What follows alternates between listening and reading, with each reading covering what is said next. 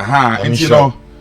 me ba be kira ade na kin ade a be kira no 541 me ba be kira ade 541 also for Japan 541 no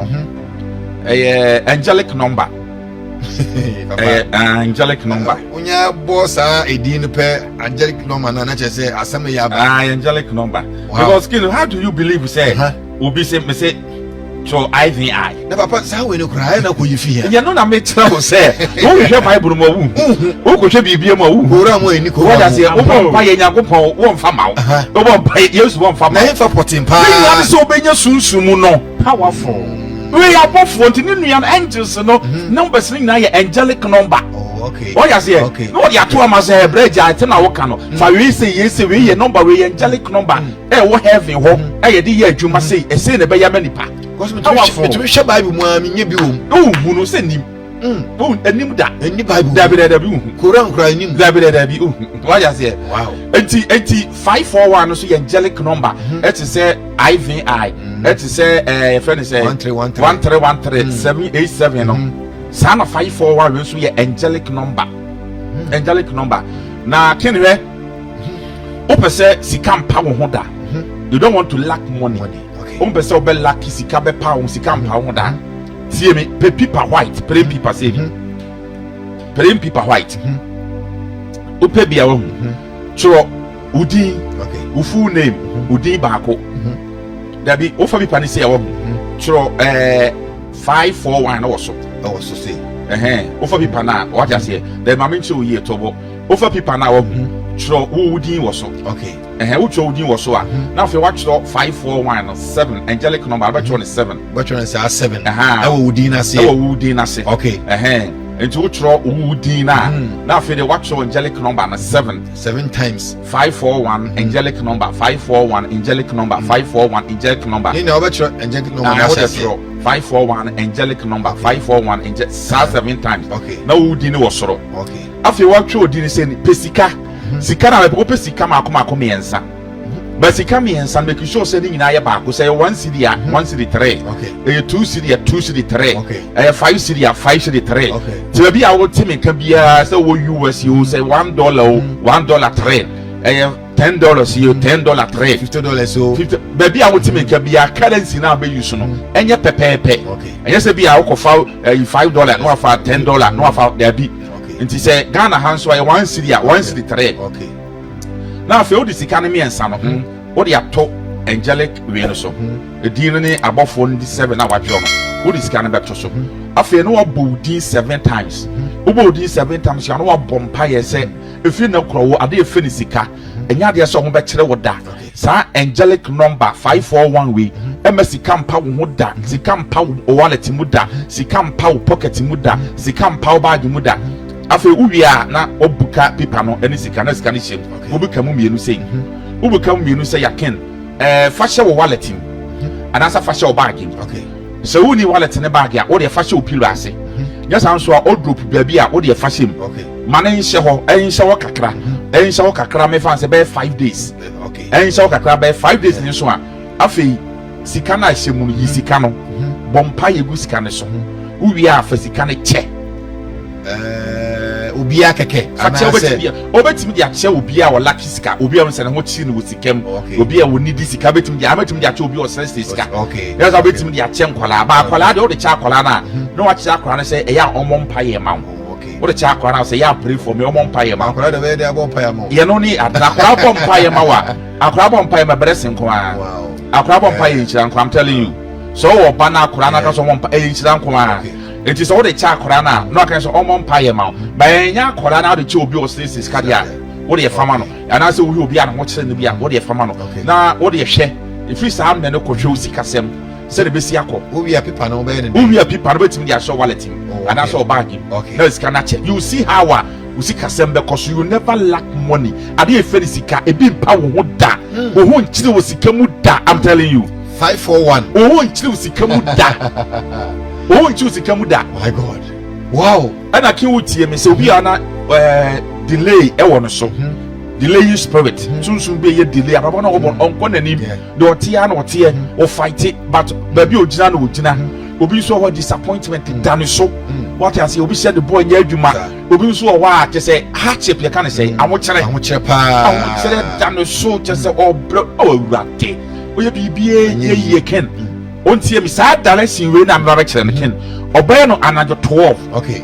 anajo 12 no obey no on hwehwe naked on hwe bibia obeko naked oyo oba mpo na ahwene da nasene a obeyi oyo oba ne se ohya asomade a obeyi okay on mo watch okay just say ade bia ro beka ne ho efrinity besi na sing na naked emera bibia anhye no watch nhyew asomade anhyew ring nhyew ahwene ekura enhyew obeyi ni nyina agu no wako naked afi amach na jo 12 no pekosua baako upekosua famaka maka bia we na be kye sika de maka bia betim bia ye upe maka na afi tworo 541 e wokusua no o tworo 541 kusua no ho a afi fa kusua no bodi go to 7 times obo ne bom pa ye se enne ho kire bi edam so enne disappointment bi edam so enne obre ne atete bi edam so efri bi so nko fa kusua ne fifa utrim fa fifa honam nyina besi unase o de be fifa honam from your head to toe onai besi uti besi unase o de kusua be fifa ho nyina na jo 12 no wo wi a wo se ho kire disappointment obre enne efri bi so nko se baby a wo tie no se ho ye save a obie window a tukosua ne fa window no ma ne nko chichichiri baby a wo tin se ho ye tukosua ne fa window no ema ne nko chichichiri se bia wo tin ho ye save ne se bia wo be untim tukosua ne se amanfo tete nchen ne na bia bonten ne tukosua ne ko chichichiri akosua ne nko chichi tuni den pa o asa de otobo tukosua ne den ma ne nko baby be to ne mpai na bra fie ade atia na jo 12 bie ma wa saye ye ne sa sa 5 times and 5 days ye ne sa 5 days mami anaju bia anaju 12 me see ahokere delay promise and faith disappointment forever and ever am ojane kwa woko what breaking of your life am wa brabo mu bie what breaking of your life I am telling you ensi wa brabo mu bie me see what breaking ojane kwan angel 541 na jane kwan wo ye free so Emma biem wow Emma biem ana kin wutie me opese o ex bi ba won chen o ex bi agyawo ebia o ex na wo gyawo no wa ya se wa wo hwe wutimi se o da wutimi na de ho adwendwene wo so o be se o ex no o ba won chen back ya o be pe maka o pe maka wo eno se nim e kala bia okay chro o ex ni din o tro ni din awon egu nsabonku mu ne nsabonku mu na afi watro 541 no e wase na afi 541 no watro x no so wase na afi awa betro x ni din e wo ase sei okay what ye meche na se Matias ye enti wa fa maka no tro os ni din wo din me din be ma ni din oba ni din obetro di pa wo din wa ha na afi wo tro din na watro 541 no e wase na watro x no e wa ha na afi watro x ni din wase okay ntu tworo wase aken we simple baba ya 5 times 5 days okay cinnamon powder unya cinnamon powder afi fire ntwe na watworo won sem ni nyina so na bow x ni din 7 times bompa ye se enye bone so na bi a wo frɛ ne se wo mra na emiem eye wodo watch ase afi na wafi na wodo na wodo no wo transe ya wutumi ntada bi ara ho adwendwene wot nti wo frɛ ne se on samra back na monsantana montana bokɔ na fɛs na motie no eti saa de we na wo bɛyɛ no ye ne mra woni agye enye ne mra wofu raho eti sɛ wo hwɛ na wutumi sɛ enwum bi ye wodo nwum tama no x no wo hokora no na wo de asisi so waja sɛ na na enwum no ebo eze bibia akukoyi waja sɛ enye no wo mra obuofu ye ne mra woni agye emra wo to a wafe be ma na wafe wo ba no ɛna wo bɛyɛ saa de wi eti wo de wo de cinnamon powder na ayɛ so san wo de jai ma ne wo fo bɛ sɛ awo wo be jai ma ne wo eti na wo sabonku because wo so sabonku de wo timi fa nyɛ hwe ti so yɛ lefty na lefty yɛ adwuma so a yɛ no right no wo de jai na enwo ho say ade achi bie mu a say repeat ni saa ye ne saa 5 days mame baby x ni obi ano ontumi ntnada ubon se ono so be sha ase adwendwene wo ho obe sha ase adwendwene ho na afede won se wa block o lack obe bi obedwendwen ho odo bia na mudi me na me ka kire ubon se obe block ko obe bi o no kata ma otiti aduane hye na no na da obe frɛ ubon se obe ba back na one ne atra we nya de se wo de kwa akoyi obi kunu na so akoyi obi yere anya dwuma fa akoyi obi kunu anya dwuma enka se obi kunu mra wo nkyɛn o ya se enko tro obi kunu mu se enka se wo mra wo nkyɛn ne o ye kra mfa o ya se enti no frɛ me 0549 744422 0549 74 44 22 0549 74 4422 0549 74 44 22 and I will say 0244 45 68 and a 52 0244 45 6852 0244 45 68 and a 52 0244 45 6852 Fremena yenin komo and I can baba man for back we ntwato so pese obi do ebi a partner ebi a wukuru pese wo do pa wo do mu odin wo te ho asem kra wo ntijai pe maka ganga to love pa o pe maka wo we are make kin somebody obi bedwin say how can this be better than ye dwuma ba na me ka say kin ewi ase no hu ade a bo nipa no sometimes nye ne e din bia o enye na ewu bia o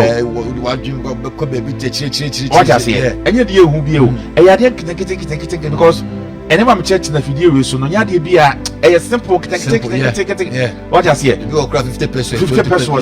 no wa ye toilet through bi ne ka what try na dipa no no de aba say na dipa no wa ye what I say che say o transfer dwuma won te ase e nya me tumi wow enti so be say o partner do o be say o kunu do pe maka okay onya maka chro nipa ne dingu nsabonkum nipa na opese odo chro dingu nsabonkum okay o chro dingu nsabonkum a na wa chro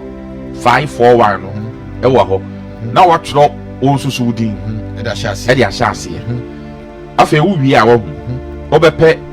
entasuo saliva o de entasuo me fefa nipa ne din ni so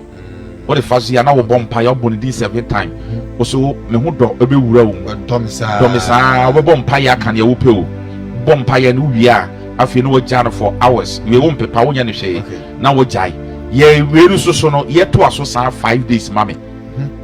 because didn't am ye 5 on say engine about it be 541 what I say okay nti ye to aso 5 days mame to the bia no tro nipa din gu nsem so 5 no tro nsu din na din tasu kakra aye nipa din so na wo bompa ye na wo ka se ewade on no ye ne sa 5 days mame and so the marker na betro o de maka okay o de tro nsem sa okay obehunu se nipa na wo no na afi de ohu a ai se abufuo ai se wotan wa ai se nipa no on nete ba ai se ni tie bia obehu se obehya se love no wo so odo no beba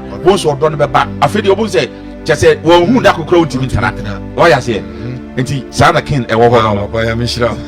enti wade nso bibia na wade bi kwa ma obia on so di for ne ba me kire wade na de abobra na ho atọ ewiase ne sana tie nyame som nye dem onyame timu nya den saa se ade nyame ka joka be se wana wada bi uhu ade we ya o de kanya me som ho a we nye bosomsom we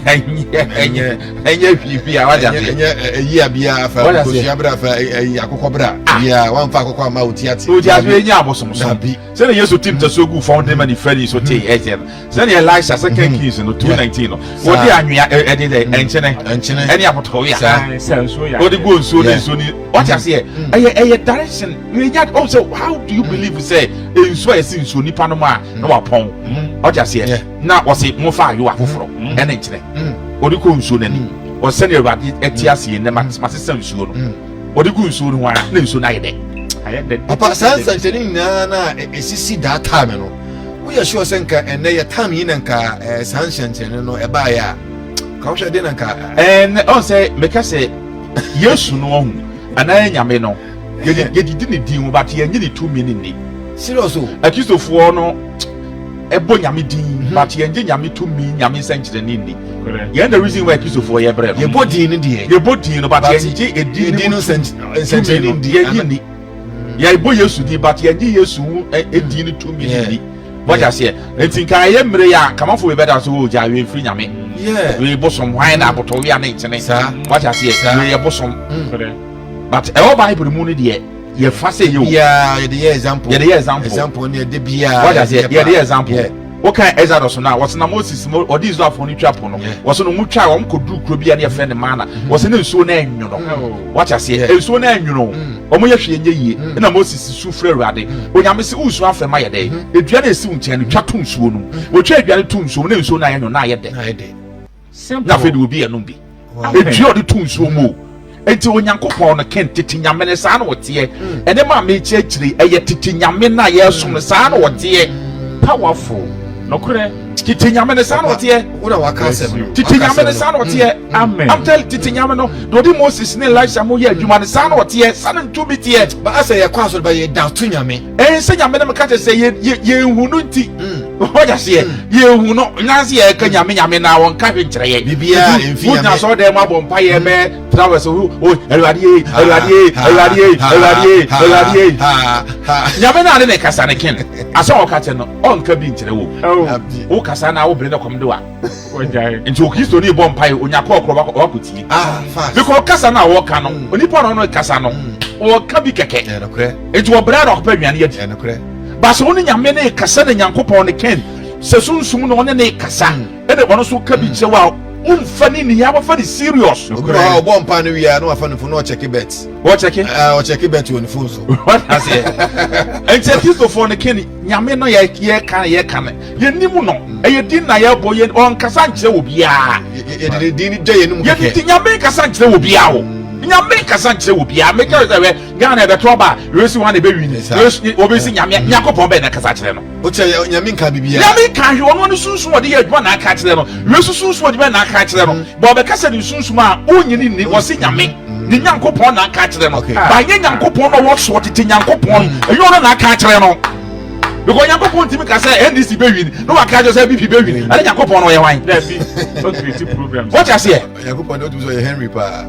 enti ne ken ye nti nyame na se ase nyame na ye body din no ye hu kwai fa so betimi asom nyame no